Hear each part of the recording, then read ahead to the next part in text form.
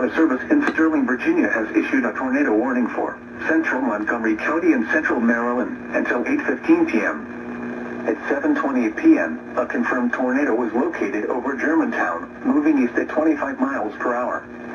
This is a particularly dangerous situation. Take cover now. Hazard: damaging tornado. Source: radar confirmed tornado. Impact: you are in a life-threatening situation. Flying debris may be deadly to those shelter. Mobile homes will be destroyed. Considerable damage to homes, businesses, and vehicles is likely, and complete destruction is possible.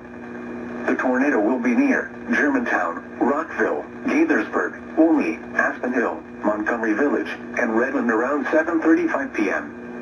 Other locations impacted by this tornadic thunderstorm include Spencerville, Laytonsville, Brookville, Washington Grove, Sandy Spring, Edner, Ashton, Brinklow, Durwood, and Burtonsville. To repeat, a large, extremely dangerous and potentially deadly tornado is on the ground. To protect your life, take cover now. Move to a basement or an interior room on the lowest floor of a sturdy building. Avoid windows.